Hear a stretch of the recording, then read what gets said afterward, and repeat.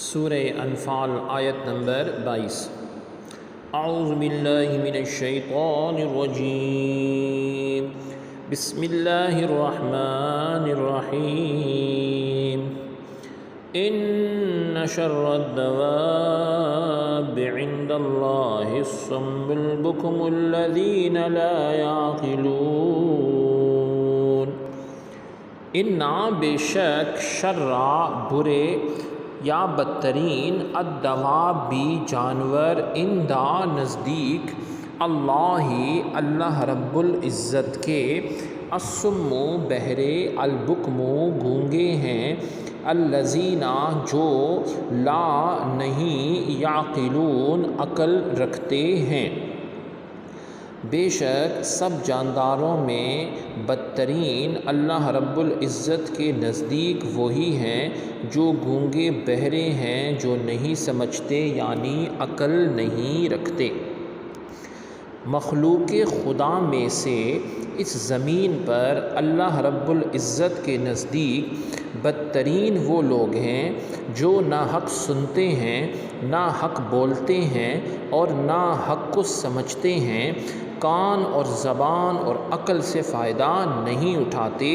بلکہ جانوروں سے بھی بدتر ہیں، کیونکہ یہ جان بوجھ کر بہرے گونگے بنتے ہیں اور عقل سے دشمنی کرتے ہیں۔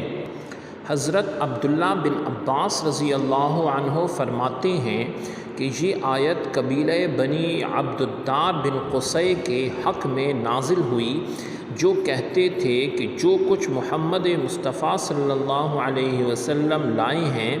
ہم اس سے بہرے گونگے اور اندھے ہیں۔ یہ سب لوگ غزوہ احد میں قتل ہوئے اور ان میں سے صرف 2 لوگ تھے، حضرت مصعب بن عمیر اور حضرت ثویبۃ بن حرملہ رضی اللہ عنہما، یہ ایمان لائے اور انہیں ایمان نصیب ہوا۔ لفظ دواب دابہ کی جمع ہے اور لغت کے اعتبار سے ہر زمین پر چلنے والے کو دابہ کہا جاتا ہے،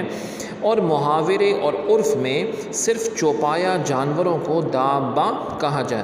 جاتا ہے۔ تو آیت معنی کے یہ ہوئے کہ سب سے بدترین چوپائے اللہ کے نزدیک وہ ہیں جو حق کو سننے سے بہرے اور اس کے قبول کرنے سے گونگے ہیں، اور بہرے گونگے میں اگر کچھ عقل ہو تو وہ بھی اشاروں سے اپنے دل کی بات کہہ لیتا ہے اور دوسروں کی بات سمجھ لیتا ہے۔ یہ لوگ بہرے گونگے ہونے کے ساتھ بے عقل بھی ہیں، اور یہ ظاہر ہے جو بہرا گونگا عقل سے خالی ہو اس کے سمجھنے اور سمجھانے کا کوئی راستہ نہیں۔ تفسیر روح البیان میں ہے کہ انسان اپنی اصل حقیقت کے اعتبار سے سب جانوروں سے افضل ہے، اعلیٰ ہے اور فرشتوں سے کم درجہ رکھتا ہے، لیکن جب وہ اپنے کوشش اور عمل اور اطاعت حق میں کوشش کرتا ہے، جد و جہد کرتا ہے، تو فرشتوں سے بھی اعلیٰ ہو جاتا ہے، اشرف اور افضل ہو جاتا ہے، اور اگر اس نے اطاعت حق سے اللہ رب العزت کی اطاعت سے روگردانی کی، منہ موڑ لیا، تو وہ اسفل سافلین میں چلا جاتا ہے، یعنی جانوروں سے بھی بدتر ہو جاتا ہے۔ سبحانک اللہم و بحمدک، اشہد ان لا الہ الا انت، استغفرک و اتوب الیک، وصلی اللہ تعالی علی خیر خلقہ محمد وعلی آلہ واصحابہ اجمعین برحمتک یا ارحم الراحمین۔